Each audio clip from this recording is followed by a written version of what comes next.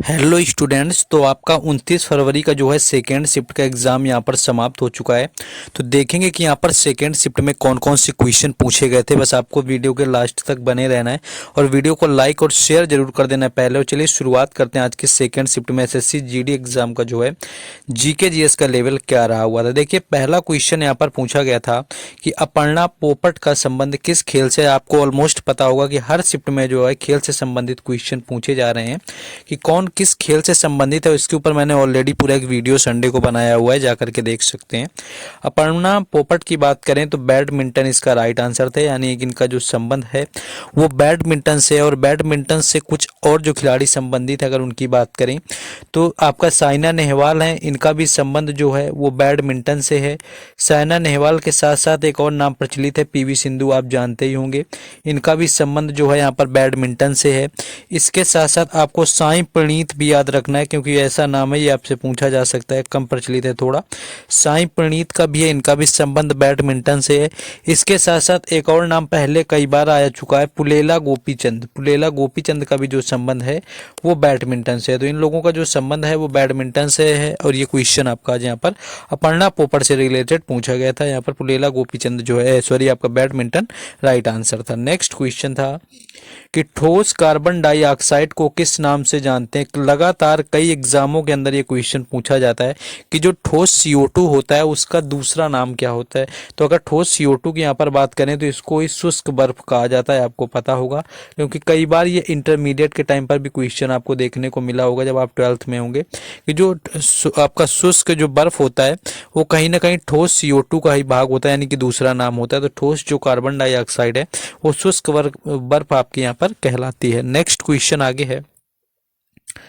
Next question है होला मोहल्ला किस राज्य का त्योहार है, आपसे पूछा गया था। देखिए कई ऐसा होता है कि 3 से 4 स्टूडेंट लगातार क्वेश्चन भेजते हैं, तो हो सकता है कहीं कहीं क्वेश्चन मिस भी हो जाते हैं कि आपका क्वेश्चन कुछ पूछा जा रहा होता है ऊपर नीचे हो जाता है। तो आप लोग मैनेज कर लेंगे, जिनका सेकेंड शिफ्ट में एग्जाम था वो लोग और क्वेश्चन बता देंगे, बाकी आप लोग देख लेंगे किस तरह से यहाँ पर पूछा गया था।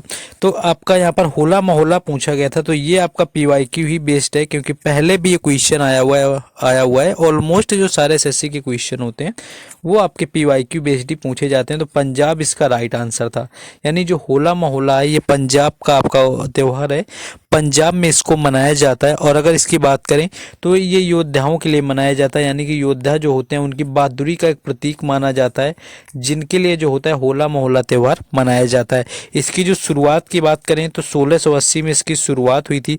और शुरुआत करी किसने थी, अगर इसकी बात करी जाए तो गुरु गोविंद सिंह थे, उन्होंने इसकी शुरुआत करी हुई थी। नेक्स्ट क्वेश्चन आगे देखेंगे। 1680 में गुरु गोविंद सिंह के द्वारा शुरू किया गया था योद्धाओं के लिए, यानी कि बहादुरी के लिए जो है होला मोहल्ला त्यौहार, जो कि आपका पंजाब राज्य का है। और आपका एक ये भी पता चला कि बैसाखी उत्सव आपसे पूछा गया था। देखिए अगर बैसाखी की बात करें तो आपका होला मोहल्ला और बैसाखी दोनों ही पंजाब के हैं। बाकी अगर हो सकता है कि कन्फ्यूजन हो गया हो किसी स्टूडेंट से, तो आप लोग मैनेज कर लेंगे, जिनका एग्जाम था वो बता देंगे। आपका बैसाखी पूछा गया हो या फिर होला मोहल्ला हो या फिर दोनों ही पूछे गए हैं, तो इनका जो संबंध है पंजाब राज्य से। पंजाब के कुछ और नृत्य आप नृत्य याद रख लेंगे, जैसे आपसे गिद्धा नृत्य का भी पूछा जाता है कि गिद्धा नृत्य किस राज्य का है, तो पंजाब का हो जाएगा। गिद्धा के अलावा जैसे आप देखेंगे आपका भांगड़ा, तो आपको पता ही होगा, ये भी जो होता है पंजाब का आपका होता है। नेक्स्ट क्वेश्चन आगे देखेंगे हम लोग। नेक्स्ट क्वेश्चन ये है कि यूरोप का मरीज किसे कहा जाता है। देखिए तुर्की इसका राइट आंसर हो जाएगा, यानी कि तुर्की जो होता है यूरोप का मरीज होता है। एक समय पर क्या थे कि तुर्की के लोग अपना जो स्वतंत्रता के लिए विद्रोह करने लगे हुए थे और तुर्की छोड़कर जाने लगे हुए थे, इसलिए इसको तुर्की को क्या बोलते हैं, यूरोप का मरीज कहा जाता है। नेक्स्ट आगे बढ़ेंगे, लेकिन उससे पहले आपको बताना चाहेंगे कि आप किसी भी एसएससी एग्जाम की तैयारी कर रहे हैं, लगातार क्वेश्चन आपके PYQ से यानी कि रिपीटेड पूछे जाते हैं। तो किसी भी एग्जाम की आप अगर खरीदना चाहते हैं PDF वगैरह, आपका CGL CHSL या MTS किसी का भी हो, जो लोग आगे की तैयारी कर रहे हैं, तो वो जाकर के खरीद सकते हैं। परचेज करने का आपको लिंक दिया हुआ है, व्हाट्सएप लिंक भी है, उस पर भी ले सकते हैं। बाकी आप वेबसाइट पर जाना चाहें वो भी लिंक आपको दिया गया है, उन पर जाकर के आप परचेज कर सकते हैं। और अभी तक जितनी SSC GD की आपकी 2024 में अब तक की शिफ्टें हो गई हैं, उन सभी शिफ्टों के भी भी अगर आप क्वेश्चन एक साथ पीडीएफ में मर्ज में खरीदना चाहते हैं कि एक साथ जितने क्वेश्चन अभी तक पूछे गए वो भी आपको वहाँ पर प्रोवाइड करा दी जाएगी। तो आपको जाकर के डिस्क्रिप्शन में लिंक दिया हुआ है, आपको चेक कर लेना है, वहाँ से आप परचेज कर सकते हैं, क्योंकि पीवाईक्यू के क्वेश्चन ज़्यादातर यहाँ पर पूछे जाते हैं। अब आ जाएंगे अपने हम टॉपिक के ऊपर। नेक्स्ट आपका यूरोप का मरीज हो गया। नेक्स्ट देखिए आपका क्वेश्चन ये था कि राष्ट्रपति की नियुक्ति कौन करता है। यहाँ पर राष्ट्रपति की नियुक्ति से संबंधित पूछा गया था। देखिए राष्ट्रपति की नियुक्ति क्या होता है, ये तो पूरे निर्वाचक मंडल के द्वारा ही करी जाती है। बाकी अगर शपथ दिलाने की बात करी जाए कि इनको कौन शपथ दिलाता है, शपथ दिलाकर जो नियुक्ति कराता है वो भारत का मुख्य न्यायाधीश होता है, जिसके द्वारा राष्ट्रपति को क्या होता है, शपथ दिलाई जाती है। और ये होता है जाके अनुच्छेद 60 यानी कि आर्टिकल 60 के तहत क्या होता है कि मुख्य न्यायाधीश राष्ट्रपति को शपथ दिलाता है। और बाकी इसकी जो नियुक्ति पूरे निर्वाचन मंडल से ही होती है। बाकी अगर आपसे ये पूछा जाए कि प्रधानमंत्री की नियुक्ति कौन करता है, अगर प्रधानमंत्री की पूछ ली जाए तो फिर उसका राइट आंसर राष्ट्रपति हो जाता है, क्योंकि जो राष्ट्रपति होता है वो प्रधानमंत्री की नियुक्ति करता है। नेक्स्ट आगे हम लोग क्वेश्चन देखेंगे। नेक्स्ट एक आपका T20 से रिलेटेड क्वेश्चन आपका पूछा गया 2022 वाला, कि 2022 का जो T20 आपका था वर्ल्ड कप था पुरुष का, वो कौन जीता हुआ था या किस देश में हुआ था। आपको यहाँ पर मेजबान देश पूछा गया था कि किस देश में इसका यहाँ पर मेजबान था, यानी कि किस देश में खेला गया। तो ऑस्ट्रेलिया इसका राइट आंसर था, यानी कि जो 2022 का T20 आपका वर्ल्ड कप हुआ था उसकी जो मेजबानी है वो ऑस्ट्रेलिया ने करी हुई थी। और आपको क्या करना है कि इसका विजेता भी याद रखना, इंग्लैंड जो था इसका विजेता था।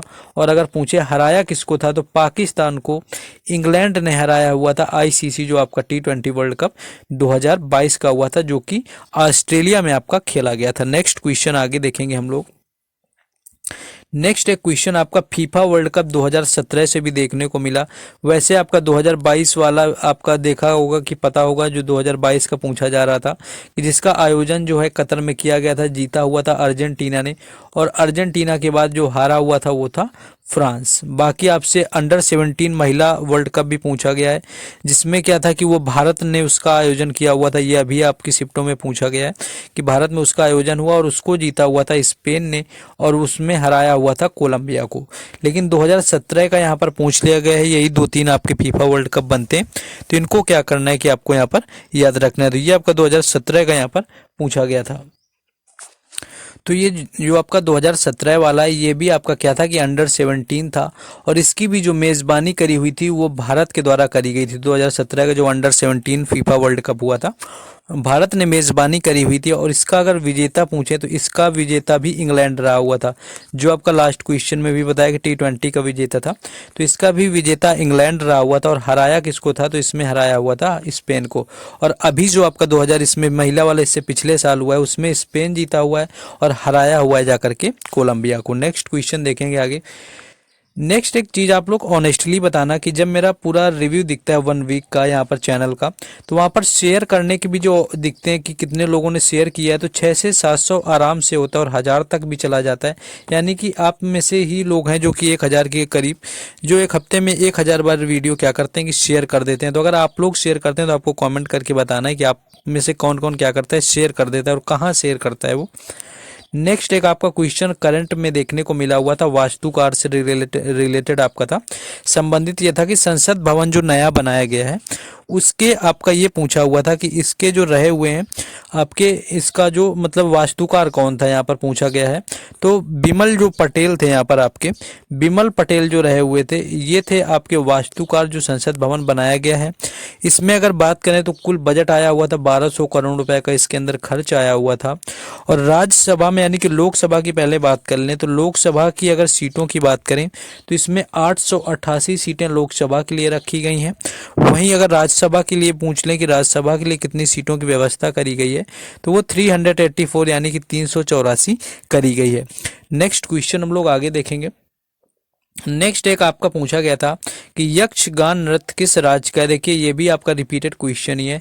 यक्षगान जो नृत्य है ये कर्नाटक का होता है और इसके साथ साथ आपको कर्मा भी याद रखना है जो कि कर्नाटक का है। और कर्नाटक में आपका मैसूर दशहरे भी मनाया जाता है, ये भी याद रखना है क्योंकि एक दिन पूछा गया कि मैसूर दशहरा किस राज्य में मनाते हैं। और मैसूर दशहरे से आपका बस्तर दशहरा भी याद रखना है क्योंकि बस्तर दशहरा भी पूछा जा चुका है जो कि छत्तीसगढ़ में मनाया जाता है। तो ये क्वेश्चन इतने यहाँ पर आपको देखिए एक्स्ट्रा फैक्ट से जो आप रिलेटेड आप चीज़ें माइंड में डाल के रखेंगे उनसे आपको एग्जाम में जरूर कुछ ना कुछ देखने को मिलेगा, क्योंकि वहाँ पर मिल जाता है। नेक्स्ट एक आपका पूछा गया, देखिए कि रॉ के आपके वर्तमान में अध्यक्ष पूछे गए और करेंटली क्या है कि लगातार जो क्वेश्चन अध्यक्ष वगैरह चाहे वो एयर चीफ मार्शल के हों ये वगैरह आपके पूछे जा रहे हैं, एयरफोर्स के कहीं आपके हेड पूछे जा रहे हैं, कहीं किसी के आपके पूछे जा रहे हैं, तो आपको यहाँ पर रॉ का पूछा गया तो आपको क्या करना है, जितनी भी सरकारी एजेंसियां हैं इनके हेड एक बार देख लेने। बाकी इस क्वेश्चन की बात करें तो रवि सिन्हा जो था वो राइट आंसर था। बाकी अभी कल के बाद 3 दिन यहाँ पर ऑफ रहेगा, एग्जाम नहीं होगा, तो मैं कोशिश करूंगा कि जो टॉपिक यहाँ पर पूछे गए उन सभी टॉपिक से रिलेटेड जो चीज़ें होंगी उनको मैं कवर कर दूं, यानी कि आपकी आसानी से हो जाए, ये मैं कोशिश करूंगा। बाकी नेक्स्ट क्वेश्चन आगे देखेंगे। नेक्स्ट एक आपका ईडब्ल्यूएस कैटेगरी से संशोधन पूछा गया था। ईडब्ल्यूएस क्या था आपका कि जो सामान्य वर्ग के लोगों के लिए 10% का आरक्षण दिया गया था वो किस संशोधन में दिया गया या किस वर्ष आया। तो ये पहले भी क्वेश्चन कई बार एसएससी एग्जाम में देखने को मिला हुआ। तो क्या था कि 103 नंबर का था, यानी कि 103वां जो था वो संशोधन था आपका जो आया हुआ था, और ये किया गया था 2019 के अंदर। और इसके तहत क्या था कि जो सामान्य कोटे से लोग आएंगे, इकोनॉमिकल वीक जो होंगे यानी कि आर्थिक जिनकी हालत नहीं ठीक होगी, उनको 10% का जो है रिजर्वेशन यानी कि आरक्षण सभी जगह पर प्राप्त होगा, यानी कि सरकारी एग्जाम्स वगैरह में। तो ये क्वेश्चन आपका पूछा गया था। 103 नंबर का संविधान संशोधन था और 2019 में आया हुआ था। तो ये कुछ क्वेश्चन थे जो आज आपके सेकंड शिफ्ट में पूछे गए थे। और जैसा कि पता है आपको थर्ड और फोर्थ शिफ्ट का भी एनालिसिस हम सबसे पहले आपको टाइम पर करवाएंगे, हर शिफ्ट का करवाते चले आ रहे हैं। Then this is your responsibility कि अब आपको क्या करना है कि do subscribe the channel and like the videos, और अगर शेयर कर सकते हैं तो वो भी आप कर दीजिए अगर आपके पास ऑप्शन है। बाकी इन क्वेश्चंस का पीडीएफ आपको पता ही होगा टेलीग्राम चैनल और व्हाट्सएप ग्रुप पर मिलता है, आराम से जाकर के जुड़ जाना है, उनके लिंक डिस्क्रिप्शन में दिया गया है। और रात को ज़्यादा मैसेज नहीं करना है कि पीडीएफ अभी नहीं आ रही, अभी नहीं आ रही, कितने टाइम बाद आएगी, क्योंकि जैसे ही पीडीएफ बन जाती है आपको टेलीग्राम चैनल और व्हाट्सएप ग्रुप में डाल दी जाती है, आपको परेशान होने की ज़रूरत बिल्कुल भी नहीं है। बाकी मिलते हैं थर्ड शिफ्ट में। जय हिंद।